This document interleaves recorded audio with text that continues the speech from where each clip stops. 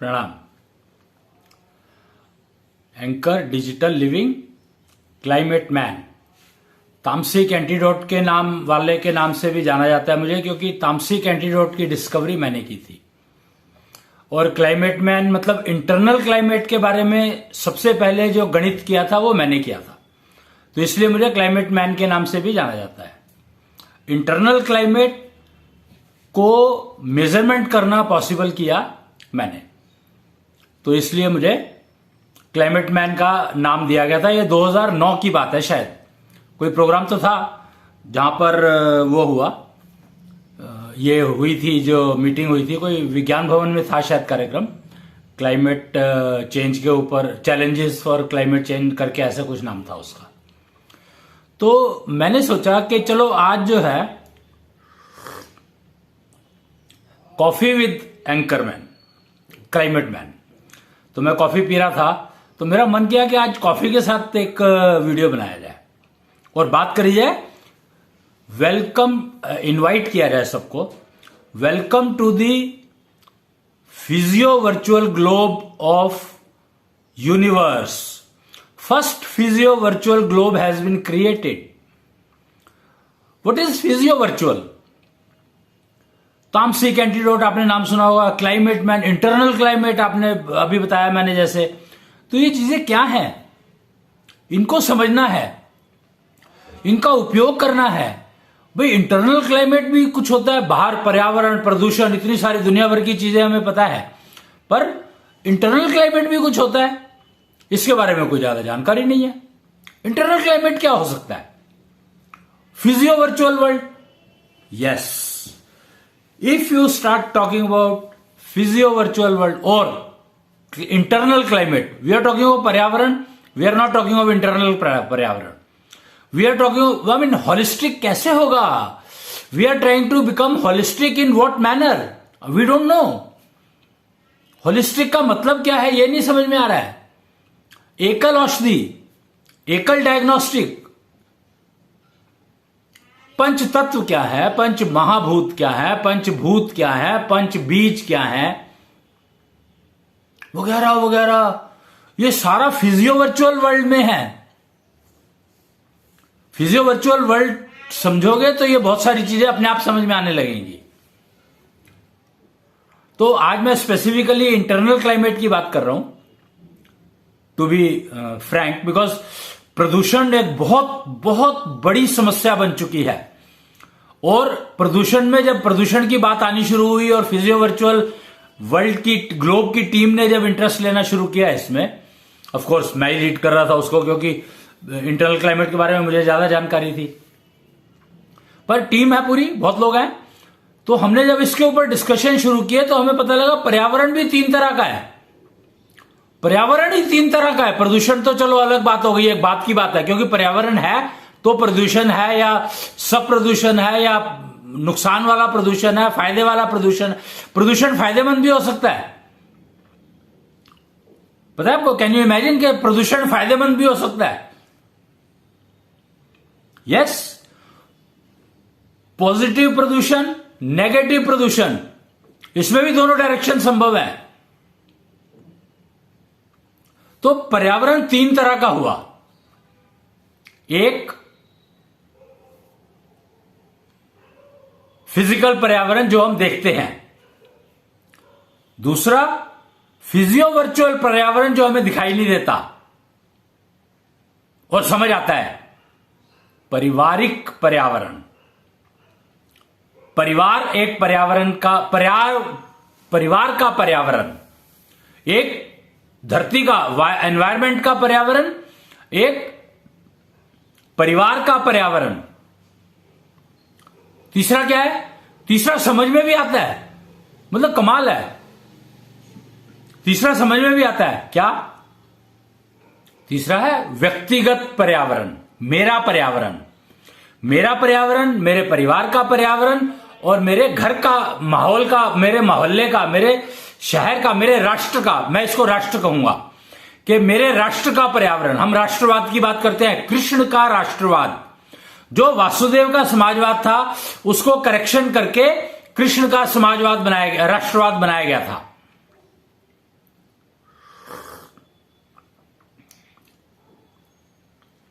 Coffee तो important है ही है, पहले कॉफी बाद में बाकी कुछ। तो हम बात कर रहे थे पर्यावरण की, मेरा पर्यावरण, मेरे परिवार का पर्यावरण और मेरे राष्ट्र का पर्यावरण, 3 हो गए। राज्य भी ले सकते हैं इसमें, चलो ये 4 कर लेते हैं इसको। राज्य का पर्यावरण और राष्ट्र का पर्यावरण तकरीबन एक जैसे है, तो उसकी हम राष्ट्र के बात की करेंगे तो राज्य में अपने आप हो जाएगा, समझ आने लगेगा, क्योंकि राज्य एक राष्ट्र में बहुत सारे होते हैं। तो हम राष्ट्र की बात करेंगे तो सबके लिए एप्लीकेबल होगी। अगर हम एक राज्य की बात करेंगे तो वो उसी राज्य के लिए एप्लीकेबल होगी, बाकियों के लिए नहीं होगी। जैसे कहा जाता है दिल्ली सबसे प्रदूषित शहर है पर्यावरण के मामले में, तो हम दिल्ली की बात करेंगे तो फिर बाकी राज्यों की बात नहीं हो पाएगी। तो हम राष्ट्र के पर्यावरण की बात करेंगे तो बाकी सारे राज्य अपने आप इसमें कवर हो जाएंगे जी। तो मुझे लगा कि इसके ऊपर बात करनी चाहिए। तो सबसे पहले क्या, वो एक दोहा है, एक कपलेट है, क्या कहते हैं उसको,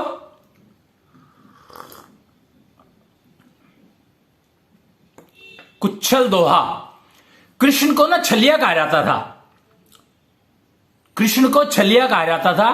तो छलिया क्यों कहा जाता था उसको? उसको छलिया इसलिए नहीं कहा जाता था कि वो छल करता था, उसको छलिया इसलिए कहा जाता था कि उसको दुनिया के हर प्रकार के, विश्व के हर प्रकार के छल का पता था। विष्णु का अवतार था, पूर्ण अवतार था विष्णु का, तो सब तरह के छल के बारे में पता था और उसने लोगों को समझाने के लिए छल करके दिखाए कि देखो ऐसे छल हो सकता है, ऐसे छल हो सकता है। एग्जाम्पल्स बताई, रेफरेंसेस बताए कि अगर छल को समझना है तो इन एक्टिविटी को समझो। तो उनको छलिया कहा गया और वो उन्होंने एक्चुअली जो छल को कुचलने का काम किया, उन्होंने छल को कुचलने का काम किया। कुच्छल, छल को कुचलने वाला, कुच्छल यानी छल को कुचलने वाला। एक्चुअली तो महाराजा अग्रसेन के 18 गोत्र बताए गए हैं, उसमें एक कुच्छल भी आता है। तो महाराजा अग्रसेन को तो पहले ही पता था कि ऐसा होगा कुछ,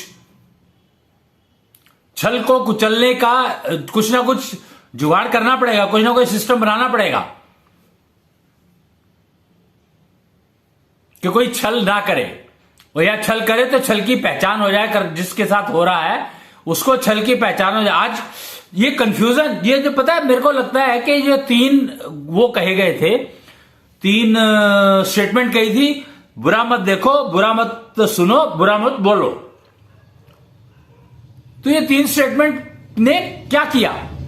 ये 3 स्टेटमेंट कंफ्यूजन के कारण आई, या छल करने वालों ने इन 3 स्टेटमेंट को बनाया? क्यों? क्योंकि बातें तो बिल्कुल सही है ये, तो इसमें ये गलत कैसे हो गई, मतलब इनके रिजल्ट गलत कैसे हो गए? क्योंकि हम लोगों ने इनको, इन 3 वाक्यों को कहने का क्या तात्पर्य था और हमने समझा क्या। उन्होंने कहा कि बुरा मत देखो, पर बुरा देखो या ना देखो, पहचानोगे कैसे कि बुरा है? अगर आपने आंख बंद कर ली तो ना मन की आंख बंद कर लो, क्योंकि देख रहे हो जो अगर बुरा है तो मन को डिस्टरबेंस ना हो। मन की आंख बंद कर लो, फिर डिसाइड करो कि जो देख रहे हो वो अच्छा है या बुरा है, और फिर मन की आंख को खोलो उसके हिसाब से और डिसीजन लो। हमने अपनी आंख ही बंद कर दी, वो क्योंकि वो 3 बंदर बना दिए और बंदरों को आंख बंद करके दिखा दिया, तो हमने भी अपनी आंख बंद कर दी और ये कह दिया कि बंदर जो है इंसान का पूर्वज है।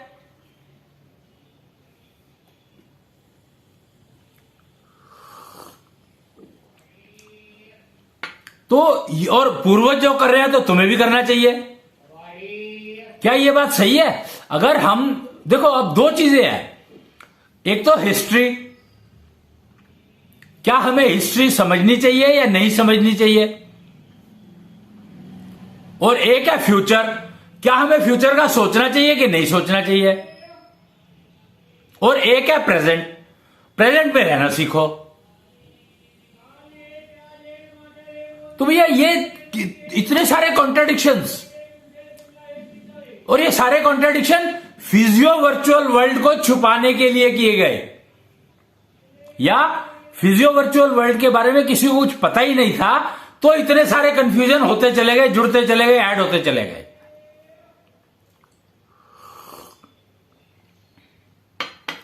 हिस्ट्री में अब हम बात करते हैं हिस्ट्री की, पास्ट।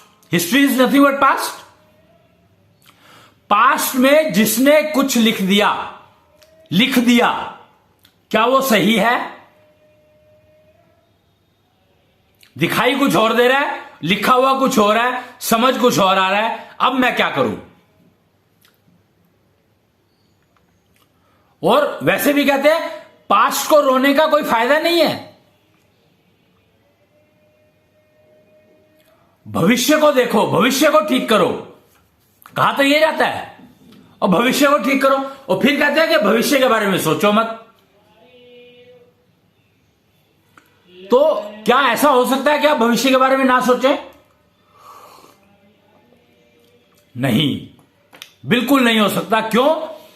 क्योंकि भविष्य के बारे में अगर आप नहीं सोचोगे तो समाज बढ़ेगा ही नहीं, समाज रहेगा ही नहीं। समाज अगर रहे तो उसका मूल कारण ही, एक मूल आधार ही है भविष्य को सोचना, भविष्य को देखना। मूल आधार है, फाउंडेशन है। भविष्य के बारे में सोचना ही फाउंडेशन है आपके आधार की, आपके समाज की।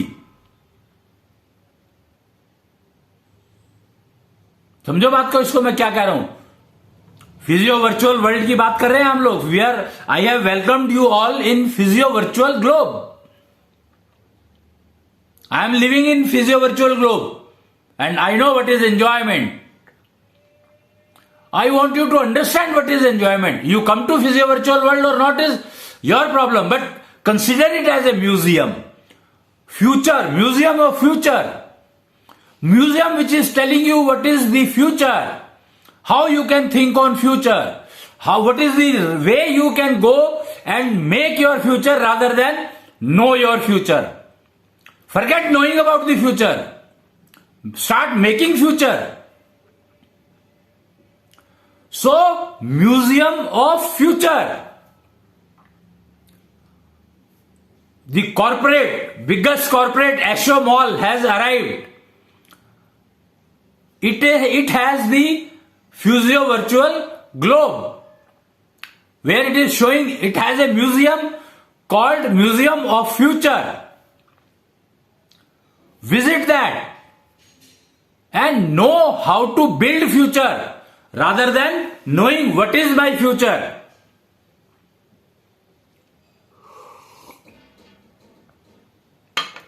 What does it mean? It simply means if you have seen the movie called Three Idiots, in the third year, one person commits suicide because he was pushed into a line which he was not interested in.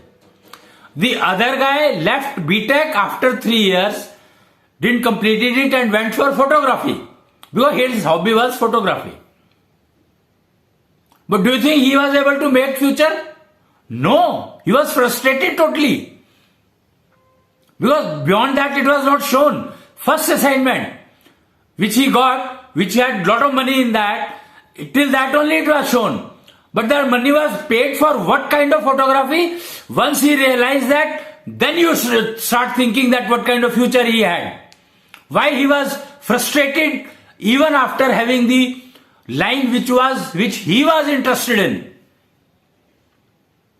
Because the kind of photography he was pushed to do, for that was not acceptable socially. Imagine what I'm saying. That do you understand how to make future? Do you understand? Or have you ever tried to understand? You have always been going to astrologers to understand what is my future. But here we are not talking of knowing what is my future. Physio Virtual Globe talks about, Ashomol talks about build your future. But then if you want to build your future, that means you are trying to किस्मत से लड़ने की कोशिश कर रहे हो तुम. क्या ऐसा है? नहीं, ऐसा नहीं है. यही गलतफहमी है. जब आप फ्यूचर को बिल्ड करने की बात करते हो, बिल्ड करने की बात कर रहा हूं मैं, तो तुम किस्मत से नहीं लड़ रहे हो, बल्कि किस्मत के दिए हुए कष्ट को अपॉर्चुनिटी में कन्वर्ट कर रहे हो. वो एक था ना अभी पीछे जब ये कोविड आया था, बीमारी आई थी ये कोरोना की, तो कहा था आपदा में अवसर. कितना इंपॉर्टेंट, कितना इंटरेस्टिंग वर्ड है, ये स्टेटमेंट है, आपदा में अवसर. तो जब किस्मत फूटी है उसको अवसर में बदलो, कन्वर्ट इट इनटू अपॉर्चुनिटी. वो तभी संभव है जब आप फ्यूचर बनाने का सोचोगे, ना कि समझने का, जानने का. I don't want to know my future, I want to build my future. I will convert each and every accident into an opportunity.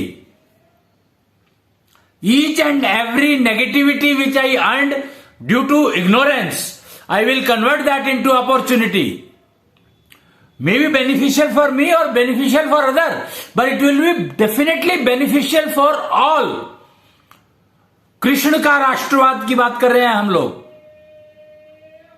Krishna का राष्ट्रवाद कहता है कि मैं गलत ना करूं और मैं किसी को अपने लिए गलत करने भी ना दूं. मैं टीम का मेंबर बनना सीखूं, ना कि मैं टीम को मैनेज करना सीखूं जिसमें मुझे कुछ भी करना पड़े. मैं वो करूंगा जो सही है सोसाइटी के लिए, मेरे लिए नहीं. मेरे लिए तो सही होगा ही. अगर कोई काम मैं कर रहा हूं जो सोसाइटी के लिए सही है, तो डेफिनेटली वो मेरे लिए भी सही होगा, मेरे परिवार के लिए भी सही होगा. डेफिनेट है, ये ऑब्वियस है, गारंटीड है, श्योर है.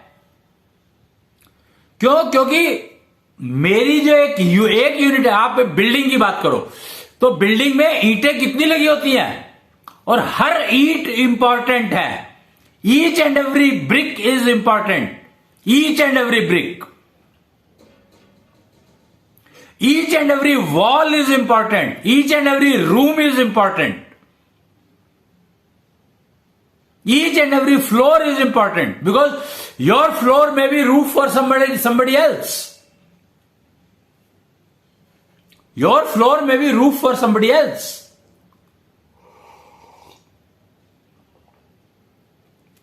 वो कहते हैं मैं अपने जूते के नीचे रखता हूं दुनिया को. क्या ये स्टेटमेंट सही है? तो तुम्हारे ऊपर भी तो किसी का जूता है.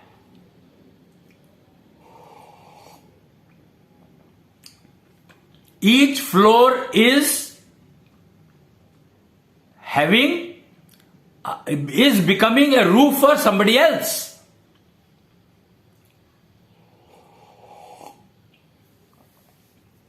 तो ये स्टेटमेंट्स को समझो. फिजियो वर्चुअल वर्ल्ड में है हम लोग इस समय में. We are taking a round of physio virtual globe.